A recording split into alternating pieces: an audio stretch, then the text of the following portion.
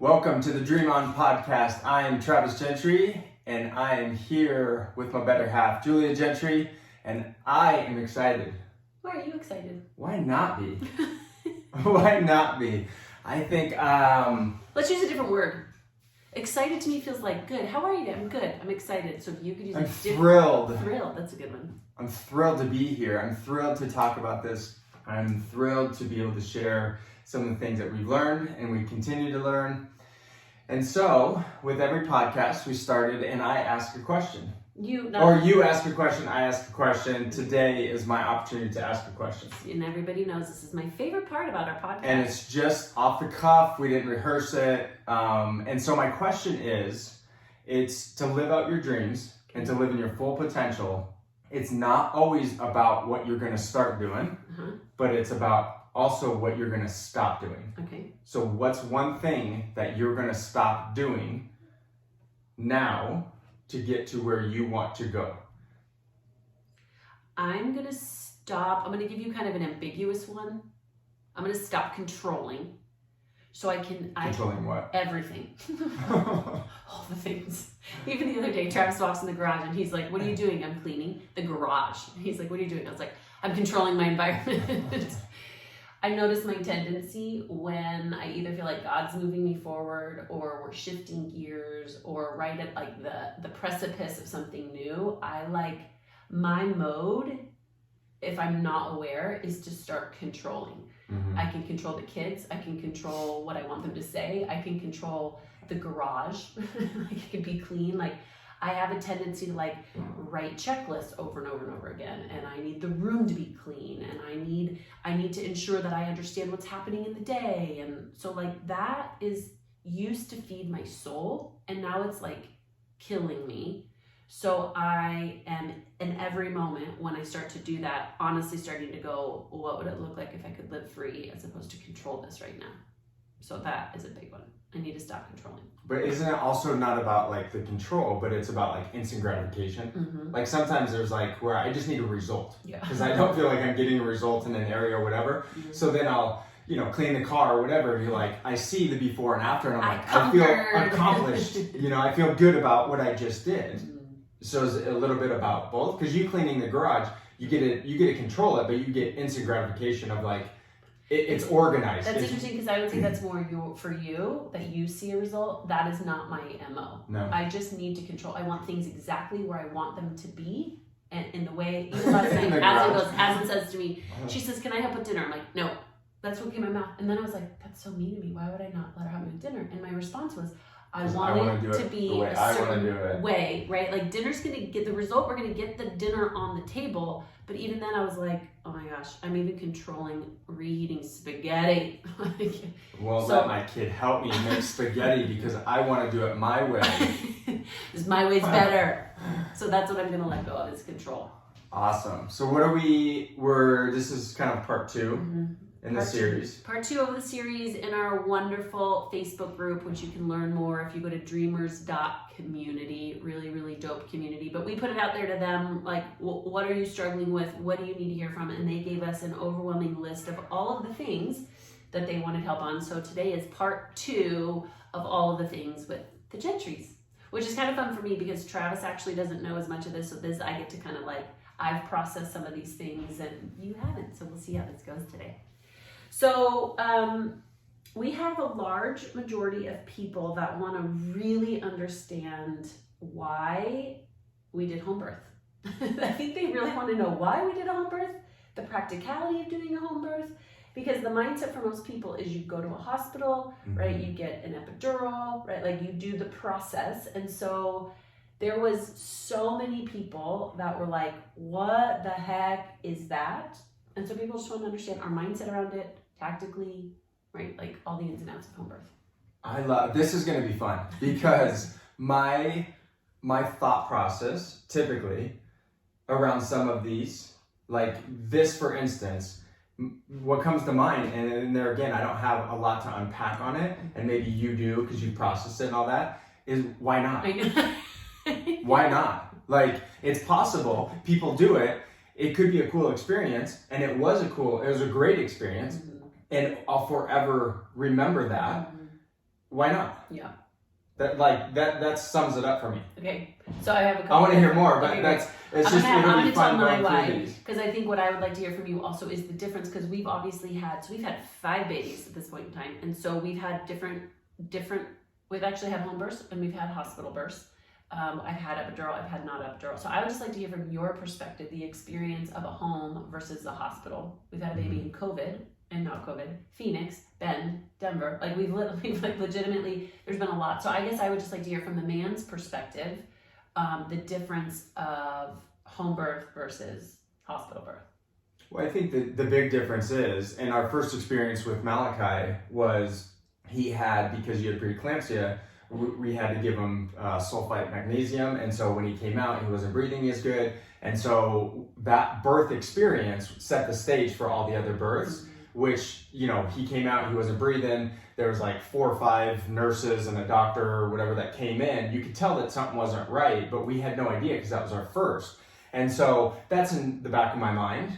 But other than that, it's like, what's the worst case scenario? Yeah. If something happens, we're at home and we've got 3 trained individuals, but then what?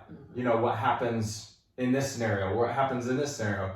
But I didn't let my mind go down that rabbit hole because this is not the first time. We're not the first people to do this. Yeah. And so knowing that they've seen pretty much everything, and then the next step, if something goes wrong, is you call an ambulance. Yeah. Yeah. And so that was my process of and we've talked about it before in the podcast, okay, you have to look at anything that you're making a decision on, and you look at the worst case scenario, and then you kind of back into it, and you're like, okay, am I okay with the worst case scenario? Mm-hmm. And if I am... But that's interesting. I have such an interesting idea around that, because if we even look at this logically, most of us would make a decision based upon our past experiences, right? So even as I was thinking about a home birth, I had a lot of information, right? We had healthy births, so it wasn't like Malachi's was really scary, the other ones were really healthy, but there was still that in the back of my mind. And I think what happens is most of us continue to make decisions solely about that worst case thing that did happen. 100%. That you just keep looping back to. And so even whether we're talking about a home birth or starting a business or fill in the blank, what's interesting, I think, in this process is that it is, as people, super easy to go back to the literal worst case experience that I've lived through and continue to only make decisions from that place of quote unquote reality, right? Like it was reality. And so even for me, what was interesting is that when we sat down with the midwives and we asked them, what's the worst case scenario, right? Like that to me was wisdom going, okay, here's the actual steps that should preeclampsia happen. And we immediately have to jump in. Like that to me, though I don't want that to happen, felt like we have a team that knows what they're doing. Yeah. But what helped me make that decision was that what I wanted most, it always comes back to what I want now versus what I want most. Yeah. What I wanted most was the real, pure, true experience of what God intended and how we're supposed to birth our kids our way, letting our body do what it's supposed to do, letting the hormones do what they're supposed to do, letting the birthing process do what it's supposed to do. Like there's so much research that shows like all the steps along the way was so God ordained from what my body and the baby's body are supposed to do that creates bond, health, like wellness, well-being, mental, right? Like mental stimulation for the baby, like digestive stimulation for the baby. Like when I really started to lean into that and what I wanted most, I knew I can't make decisions based upon the fear of, oh, this could happen again. I've got to really lean into, no, I actually want the pure, real, raw experience. And that's so good. And it's not just always you, as far as your experience. Like we had an experience. Let's say we didn't have any kids and we were going to our first experience. A lot of times people live off of someone else's experience. Their friends, their family, or them not even doing it, but they heard about 100%. Someone that happened to, and it was an awful experience. Sure. And so that is what they grasp. Yeah. And then they make the decision based off of that. Totally. It's like some low percentage of a statistic that says, right, that you're leaning into, and you're missing, in my mind, the large percentage of what's possible because we're clinging to the small percentage of what could be still probable. Oh, and that's, if you can think about that in all areas, like fitness and health. If someone says, oh, I'm doing this diet or I'm doing this, And it's like, depending on who you talk to, they either said, oh, I tried that, didn't work, or a friend of a friend of a friend. And so same thing with real estate investing. I remember getting into it and it was the same thing. It was like, depending on who you talk to, they either had a bad experience, they had no experience, or they knew someone that had a good or bad experience, and that dictated their actions. Totally. And so it's like, if you think about that in all areas of your life, it's so applicable. Well, and what's that quote that says, I think it's Mark Twain, it's not what we know that hurts us, it's what we think we know that just isn't so. That's so good. You know, and so I just even remember talking with some of my girlfriends prior to and after, and you could tell that their level of fear was not because of their own experience. Their level of fear was a Google search, right? Or some report that they heard on the news, or right, some sort of information that the fear persuaded, right, their mindset, right? And so now at some level, when you were like, well, but do you know that actually like the birthing process is what like helps the baby actually, you know, it's the misinformation or no information or confirmation biased information. And so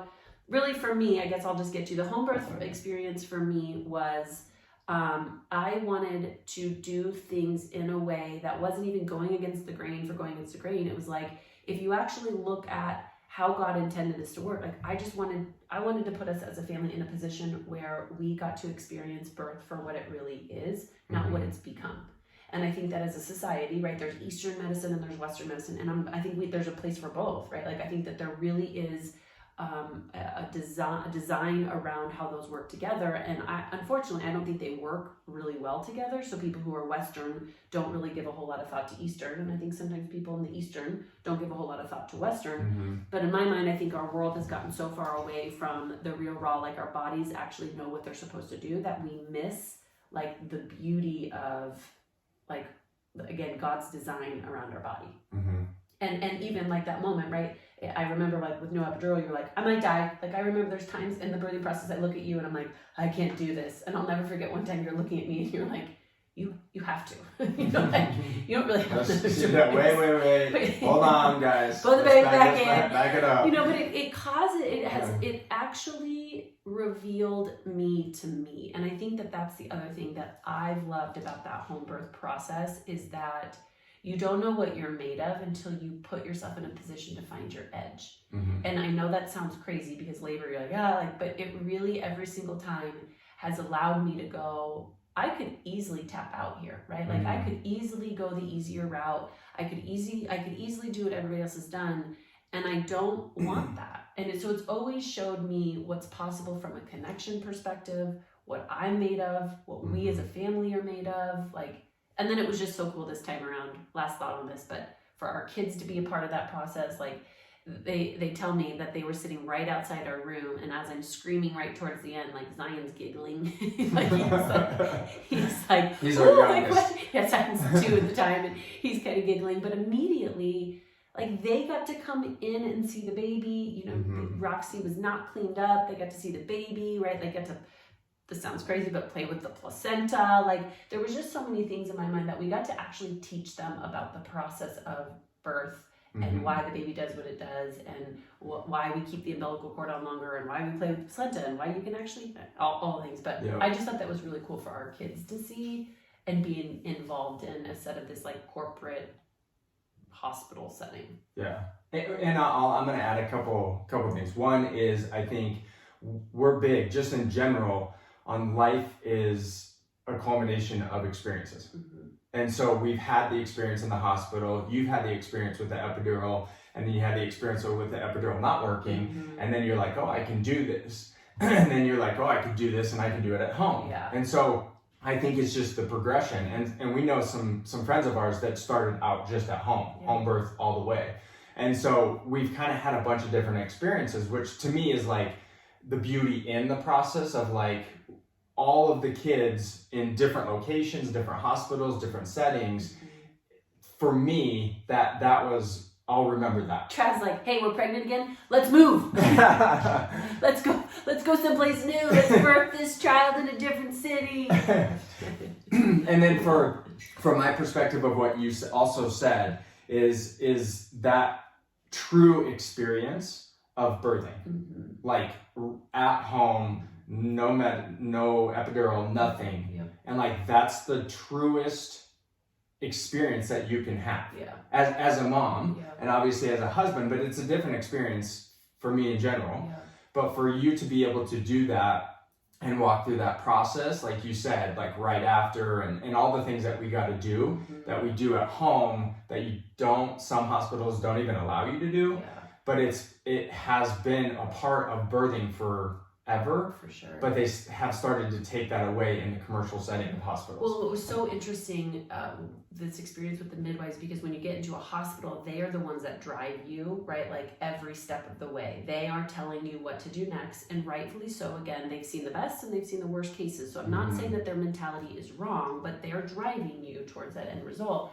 And what was incredible this time around, that you're right, I would not have been ready for this when I had Malachi. Like, this would have been probably a really freakish process for me, because to my, what you love the experience in the new, I kind of every step of the way kept like revealing a new layer of what's possible here as being a mom and my own physical body. And right, that's been a huge journey for me. But the midwives just kept saying, hey, what does your body need right now? And I'd almost look up and I was like, what does that mean? You know, but they were really very much around the idea that your body's actually going to tell us the position you need to be in, what your pain level is like, what you need to do, where you need to go, how you need to do this. But it was so cool because instead of looking outward, which is what we do as a society, right? Like, okay, you tell me what I need to do next. And then I've lost my own internal voice, God, right on the inside of me. And it was like this amazing experience for me to go, oh, what does my body need? And what do I need to do here? And what do I need to tap into? And it was just so interesting to go, this is one more example to me that shows us we need to actually spend more time going in than out. 100%. Yeah. And what comes to mind when you say that is there's not right or wrong. Yeah. And people want to attach right or wrong, good or bad. Yeah. It's an experience. Yeah. Yep. And so is it an experience that you want to have? Yeah. Yes or no? Yeah. And if you want to, great. If you don't, then go on with your life. Yeah. You know, like, and I think that Julia's book does a really good job. Dream, I Dare You. If you haven't read it, pick the book up or listen to it on Audible, because it breaks that down. Yeah. Everything that we experience or want to experience in life, there is some kind of interpretation, good or bad. And there again, you're going to put something to it. Yeah. And through this process that we've kind of developed and you've developed in the book, it's like, it's just an experience. Yeah. And is it an experience you want to have more of or not? Well, and it's so funny, and this kind of goes into the next question too, but I think what you just landed on, okay, it could be as simple as, do you want to experience it or not? Yes or no? And then run with it. It's not a right or wrong. But what's interesting is that I think some of us are making decisions in the wrong motive. Like, I remember when we traveled the country in an RV, we had a friend who was like, I could never do that, right? So in theory, she would go, nope, that's a no for me. But when you said, why would you never do that? She was, I have too many control issues. And I was like, you need to do this. You know, like, so what's interesting, and what the next question is like, how do you check your motives, right? Like, great, let's say life is just a culmination of decisions, which it is, and life is just the opportunity for you to kind of piece this together, right? And ultimately your decisions reflect your choices. But most people are going, I don't know that I'm getting the results that I want, which means I have to work backwards. That, like, how do you check your motive real time, right? Like, so if we use this as an example, I don't want to travel in RV because I have control issues. I would never have a home birth because what if something went wrong? I don't want to start a business because I might fail. Like, how do you, yes, it could be as simple as, yes, like that's for me, and no, that's not, like just period. But how do you know that your motives are pure and not in fear or anxiety or locked into the wrong place? That's a good question. I know. Because again, if we're trying to really be aligned people, making very conscious choices, making decisions based on where we're going and the dreams God has for us, but real time, like we're making so many decisions as people, like what food we're gonna have for dinner, whether we have a home birth, if we're gonna travel in an RV, like which way I'm driving to school. Like there's so many decisions that we're making on autopilot that at some level we keep going, I would never do that, and I would never do that, and I would never do this because I'm the control freak. And then guess what we continue to be the rest of our lives? The control freak in other areas. In other areas, right? So it's like, the question is, how do you ensure that your motives are right? I think for me, it comes back to, and we've processed this with every decision, and we just made a big decision again for us, and we won't share it on this podcast, maybe next podcast. Gotta come back again. Is that process of looking at, there again, am I making this out of fear, but what is the worst case, and what am I trying to get out of it? Mm-hmm. Like through this experience, what is the absolute worst case, whether it's physically, financially, spiritually, whatever it is, and then what am I going to get out of it? Yeah. Like, is it going to teach me something about myself that I'm looking for, that I'm looking to grow? I know it's going to be uncomfortable. I know it's going to be challenging, but I need to grow in that area to be able to sustain and to maintain like the life and who I want to be moving forward. Yeah. Well, and I think that would help us in my mind through the motive. For me, when I'm thinking about what is my motive, I think the fact that you're even asking that question tells you that you're ready to like really understand what your motives are. You know what I'm saying? Like the fact that you're even going, what's my motive here? Tells me you're actually really ready to know what your motive is, where most of us aren't. So that's step one, is just, I think I'm ready to actually know where I'm making decisions from. Then I think the next step is going, okay, if I don't want to travel in the RV, don't want to start a business, don't want to have a home birth, like fill in the blank. If I don't want to do this, why? Like, if we can just create, most of us I don't think are creating enough margin in our life. You and I do this all, I mean, to the point that sometimes we can like probably overanalyze and overprocess if we're not careful. But I think we're not creating enough margin to actually go, oh, that's interesting, walking this control freak out when again, I don't want to do this because I'm too much of a control freak. And then you go, well, what is my control built in? Fear. Okay, so my motive in making this decision then is fear. It's not faith. It's not growth. It's actually fear. So then really, do I want to actually make a decision out of fear? Most of us are going to go, no. You know, like taking some time in our busy day to actually like unpack where our motivation is coming from, right? Like if I can feel myself getting angry and I'm like, whoa, what's going on here? Like what's my mode for all of a sudden wanting to like attack? Then I go, okay, well, work backwards is generally some of my same narratives, right? Like I feel helpless, I feel out of control, I feel like I can't trust this person. All right, then like work backwards. Yeah. So I think to me, if I were to answer that quickly, is how do you check your motives? You work backwards, you create margin, and you just work backwards and you keep asking why until you land on some semblance of, okay, great. What's the thing under the thing? Yeah. You know, like ultimately you look at it and it's like, okay, there's always a different level. Typically we live on the surface of whatever that conscious thought is, as opposed to going subconscious and being like, well, where did I come up with that thought or ideology? Yeah. Totally. Of it. Yeah. And then you're like, okay, is that what I want to continue to do? Totally. Or do I want to reprogram that because I see other people that have or are doing what I want to do, but I've set this self-imposed limitation on my abilities or self, and so I can't. And then there again, why? Yeah. And then there again, get the book if you haven't got it, because it helps you break that down. Ultimately, like you have to understand it's the thing under the thing under the thing. It could take some time to process to get to that, but if you look at something and you're really wanting to do that, but then right away it's like fear or doubt or something comes in that says you can't do that, then it's probably something that you, like you said, you really need to press into.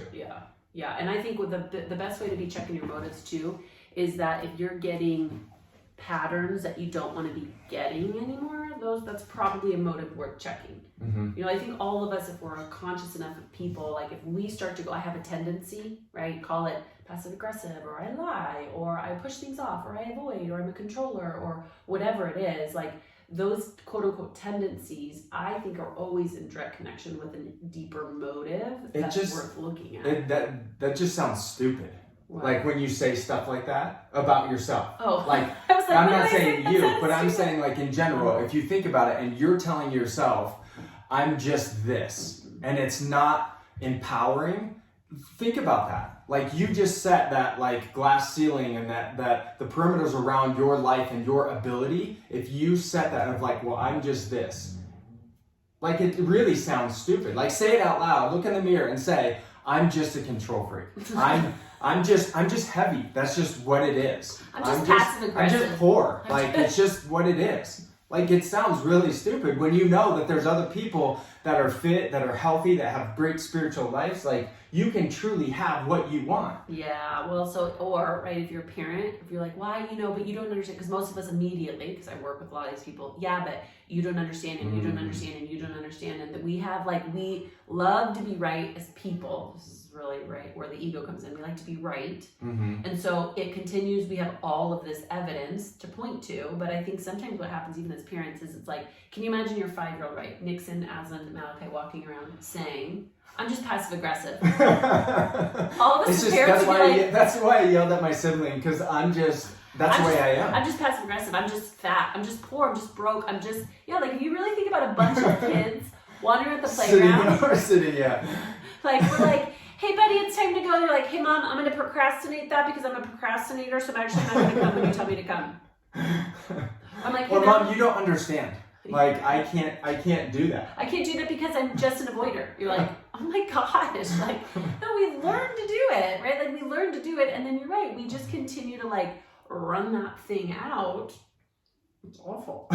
Doesn't it sound it's such a funny thing, but yes, say it in front of yourself, or look at and think about little kids saying that to each other, or you as a little kid saying that, and it just sounds stupid. I think what it does is it's back to our need for instant gratification, is it allows me to tap out of the moment, right? If I need to have a hard conversation, but I can go, I don't like hard conversations. I just like to avoid hard things. Then I'm like, boop, I get to tap out of my life. Totally. So I actually get instant gratification, right? It's like a dopamine hit. It's kind of whoo, there's my drug of choice or control, right? I'm going to go clean my room coming from, right? This is experience. So I'm not just trying to call someone out, but I'm going to control the room. I'm going to control the setting. I'm going to control all the things, because in the moment, to your point, I get satisfaction that I'm in control of the room. And so the interesting thing about these moments is it gives us the opportunity to tap out, and it feeds the beast. But And that's exactly why what we talk about works. Because in those moments, you're consciously thinking about that. And most people live unconscious, so they just keep doing it. They don't know why they're doing it. Yeah. But in that moment, I remember when Aslan said, I want to help. And you're like, no, let me do it. And then I could see you processing of okay, that was not the response I wanted to give. And what is going on inside for me to give that response to her? Yeah. And then you let her help. Yeah. So you stop. And even cleaning the garage, okay, maybe you need to do that for a minute. It doesn't affect anybody, but you're consciously thinking this is not who I want to be. Totally. Yeah, it's so good. So there's another question. Here's another one. All the time, I'm seeing this repetitively of parents who think that it's selfish to focus on themselves over their kids. So you hear a lot of times, well, I need to make sure that my kids are fine. I don't have time for me. I don't have time for my dreams. Or once they graduate, then I'll start. Or, right, we've kind of created a little bit of this society that believes, I'm not saying that our kids can't be a priority, but you can tell that parents are I think it's selfish to focus on me. What do we think about that? I think, and I say this out of just love, and watch when people say that, all you have to do is look at their daily, weekly routines, and they want to sleep in. They want more sleep than actually waking up early to work out. For someone not to be fit, one, it's food. A lot of it is food, your macronutrients. But two is wake up earlier and move your body and work out. Yeah. There should be no excuses. If you want to change careers and you want to go do something else, you have to put some kind of time. So, okay, you're sleeping 8 hours, sleep 6 hours for a season, or there's so many people that you literally don't need as well, talk about it, though. That's an example. Talk to me, though, about the mindset around that first. So, why is it that I really think it's something that we as parents, and I know we've both struggled with first. 100%, and that's why I'm saying I'm trying to communicate it in a way of we have been there. Yeah. But if I'm not who I want to be, and I'm not living and keeping my commitments and keeping and pursuing and growing, then I internally am not going to be the best that I can be to lead my kids to be the best that they can be. Yeah. And so there is really no excuses to say, like, I can't, you don't understand because I have, kids and I have to work X amount. I hear you, okay, and now you have to stop doing certain things, start doing certain things to be able to have what you want, because your kids will watch what you do more than what you say. Totally. Well, and I think there's a quote that says there's not excuses, there's not even reasons, there's only priorities, right? And so I think first we have to have this idea that we are the examples for our kids, to your point. 100%. Right? Like, not what we say, everything. It's what we're actually doing. And, I've said this actually in the book, which is what our world doesn't need, what our kids don't need is one more parent putting their dreams on the shelf. We need parents who are alive and on fire about their dreams, right?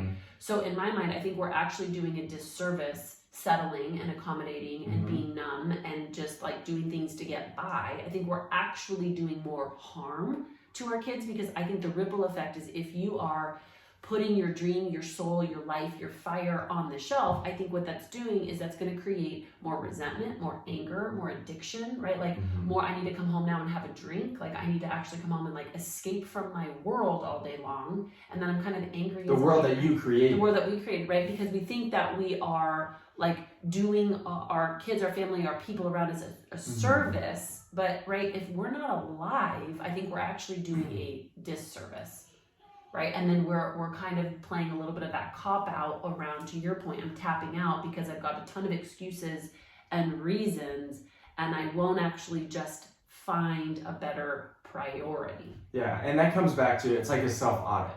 Where am I spending my time? Like that's what it comes back to. Everybody has 24 hours a day, but where are you spending your time? And then with the time that you have, physically, what are you eating? Because I bet if you changed your eating habits, you probably which we're coming to next. So you hold that thought, because I really want to come back. I'm not gonna go deep into it, but you'd start to feel better. Yeah. The first thing is starting to change small habits. Yeah. When you go to this extreme and go to these like massive, and we've talked about it before, they're not bad, but for most people, if you do and jump in 75 hard, you do 75 days and then you're done and you go back to your old habits and ways. It's not sustainable. So if you just start to change a few things, you start to feel better, you start to have more clarity, stop drinking, stop using vices to check out mentally. And so you can really look at, and then you'll have the energy to wake up maybe a little bit earlier, or to pursue, okay, I need this certification, or I need this degree, or I need to start looking and talking to people that have what I want.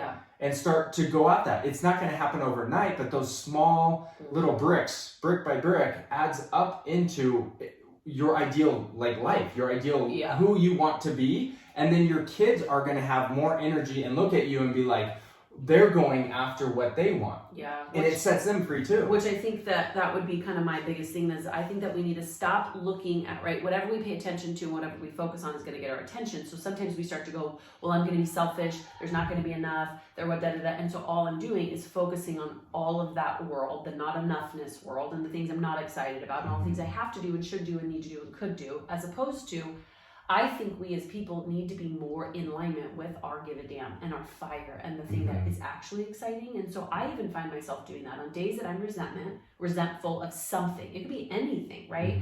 I have to look at that and go, resentment in my mind, first of all, is a me problem, right? It means that I actually had a boundary and I overstepped the boundary line. Always. That's a me thing. So if I'm feeling some resentment towards any part of my life, then I have to go, okay, then where's the fire right now? Right? Like, where's the fire? Like, trying to point me to what's most important in this season. And then how do I use my life, my career, all the pieces around me, like friendships, my health? How do I actually create a life that's like in alignment with the fire that God's put on the inside of me? That's what I'm responsible for. And I think most of us just don't take enough time to go, what's my fire? What's my burn? What would I get excited about? And then we don't set the priorities around that.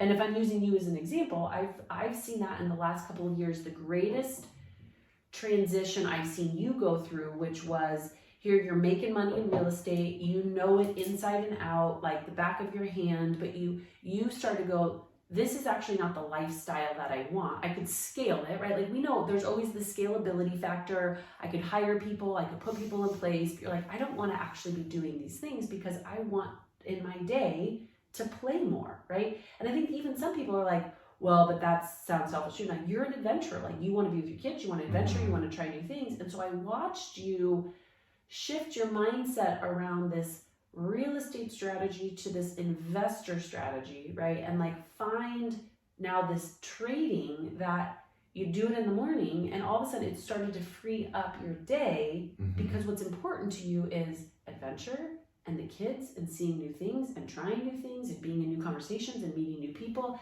And I've literally watched this evolution over these last couple of years that some people would go, oh, well, it just must be nice to be you. But I watched you work backwards from, I want some freedom in my day, right, to do the things I love to do. And I actually watched you rebuild your career. It's really what I think you did to align with that. And I think that that's hard. And it's not, there again, it comes back to my intent and my motivation behind it is not selfish 100%. At all. It's to be with the kids, to go experience more, to do more videos like this, to help more people get them set free to live out their purpose. Yeah. So it actually, I can serve more people as opposed to kind of being in the trenches and all consumed with something that wasn't bringing me full life. Totally. And so I think, yes, you have to look at it and it's like, if your kids, if you have kids, at some point, our job as parents is to raise them, to teach them, and to have them move out. Like that's the goal. Have them move out. That is actually probably a bigger problem these days than before. 100%. So we didn't do our jobs if we didn't equip them mentally, physically, spiritually, and with all the tools by showing them, not just telling them, but showing that's our life. That's why we have vision and values and mission for our family. That's how we live. And there's a checks and balance all the time. And so at some point, and we've seen this, and unfortunately it's happening more often in the last couple years than it has, I think, ever as far as divorce. I mean, the divorce rate is already high, but I think over the last couple years, it's gotten higher. And we hear these families and the kids are gone and then the parents get divorced. It's because they didn't have purpose. They didn't have identity. They weren't a little selfish in the midst of raising their kids to make sure that they were following and pursuing like who they are. Well, and because then they lose themselves once a kid's gone. Let's not call it selfish. Let's call it soul-ish, right? Like we have to, I think if you could take the word and stop being so afraid of being selfish, and I am a recovering selfish mindset, right? Because I had some narrative growing up that actually said, Julia, you're selfish. So I actually heard it. So I've had to learn how to override that because I've said this to you so often. Of like, I am so afraid to go down that bunny trail of being selfish. And so, but I think we as people, right, we're mind, body, spirit, and soul. And soul is the one that it's like, the part of us that is seen and heard and loved for who we are. That's not spirit. That's not I'm praying. That's not fasting. That's not being in the Word of God. That's not our physical bodies of working out and drinking water and cleansing and all those things. Our soul is actually the piece of us that we let ourselves, God, and other people see us for who we really are. Yeah. We get our needs met. Like we really understand that, oh, there's a piece of me that like has a fire. Yeah. So I think we need to be more soul-ish people, like soul-ish parents, soul-ish humans that go, man, this is my fire. This is what I love. This is what's important to me. And then to create the world around us based upon that. Yeah. And there again, whatever name you tie to it, and there again, whatever your beliefs and thoughts are behind that word. But it's like, I worked out this morning and Malachi and Zion were out there and I said, hey guys, like I need the next 30 minutes to work out. Like you guys need to go. The reason why I need to work out is so I can take care of my body the best that I can. So I can go to the trampoline park and do flips with them. I can go to the skate park and skate around with them because I'm selfish, whatever you want to call it. I'm taking care of me so then I have more of me to give. But so this is why this isn't selfish. So I am going to say, put the kibosh on that, right? Like I need to work on this because it gives me more to give. Here's what's selfish. When we keep hiding and we keep doing this, so let's actually draw a line. I think that there's a level of being selfish. Selfish in my mind looks like I'm going to continue to work at a job that kills my soul. I'm going to keep drinking booze and eating food that's actually hurting my body. I'm going to keep looking at things and entertaining conversations that's hurting my mind and deteriorating my marriage. That is selfish because I'm trying to fill the soul part of me with a vice that was never designed to do that.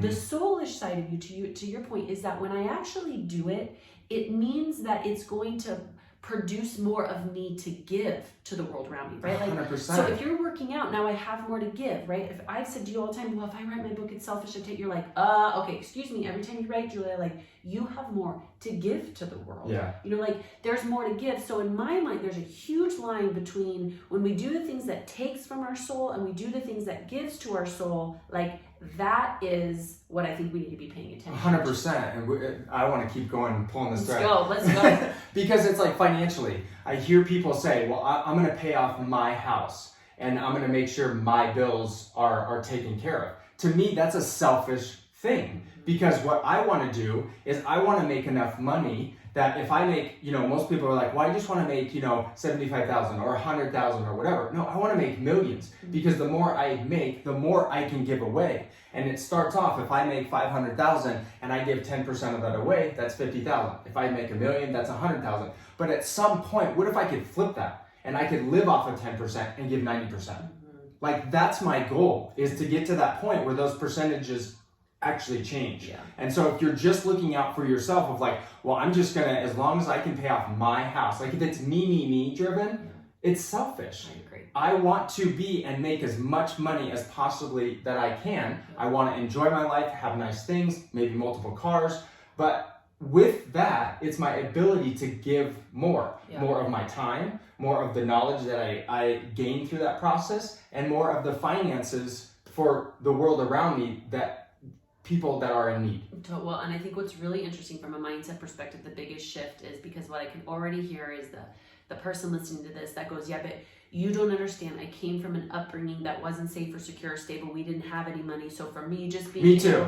Right? Like, me too. Hold on, one of my students, because I can already tell the critic in the room, right? And what they're saying is that, great, I get that, right? But what's happening is that as long as I just try to do a little bit better than what I grew up in, and I just now want to just pay my bills and pay off my mortgage, and just what I'm doing is I'm still focused on my survival needs, which is why I'm not connected to my fire, and it's why I'm continuing to still kind of feel depressed and depleted, and it's why I'll get out of bed in the morning, but I won't go strong all day long, is because what you're suggesting is, sure, we don't not think like, right, pay your bills and like do those things. Pay off your house. I'm not saying that that's a bad thing. But the idea is look past that. Look past that. Look bigger. Look like there's more than enough. There's more than just that. And there is. If you go, well, there's not. Well, that's actually not true. I think we have to keep doing that. Like maybe where you're surrounded, maybe where you came from, maybe where like what you're currently seeing, maybe your life experience up until this point proves that to be true. But for most of us,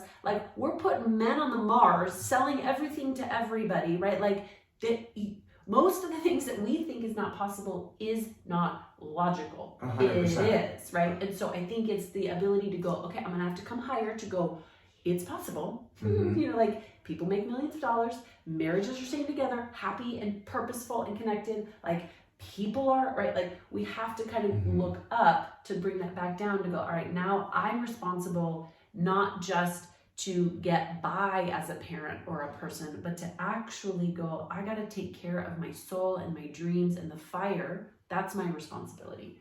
I think when we look at that as our responsibility, then like the ripple effect starts. And there again, if you're saying, well, you don't understand or whatever, like just real quick, we both come from divorced families. Yeah. We both come from homes that weren't like thriving and lived in the best and had the best. Yeah. I was in special ed through high school. Like I barely graduated high school, like through special ed and through creative structuring is what I'll call it. Is this what we're calling cheating? It wasn't cheating, it was collaboration.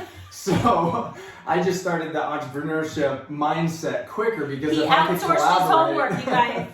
But I was in special ed since I was in like 2nd or 3rd grade. So I'm not the smartest. But if I want to learn something, I have to spend a little bit more time than most people. Yeah. And so if you're making these excuses, like, you got to understand, we get it. We're saying this from being there. Like, we've made a bunch of money, we've lost a bunch of money.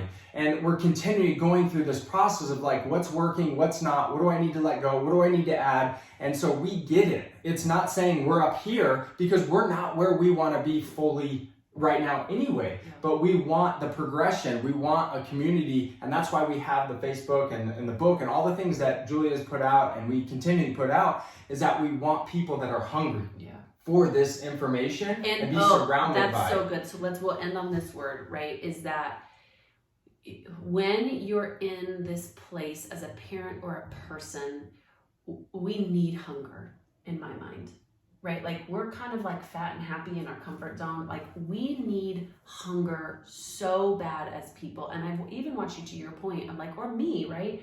Of, if I'm not interested in something, I don't really want to do it. And that actually then I'm now responsible for finding out what does make me hungry, you know, and like, not just trying to get the vices and instant gratification, but we need hunger as people. We need hunger as parents. Like, we need to be responsible for like scratching that itch of hunger and letting our souls kind of open back up again, so we can run the race, right? Like, be the example, no longer hide as parents, show our kids how to set priorities. And then I think the thing that has helped us too is when we take the extra step and tell our kids, like, hey, mommy's working today because of these reasons, or daddy works out because of these reasons, or like, our kids actually start to repeat that back, right? So they know that I'm not working because I have to. I'm not working, right, because it's more important than you.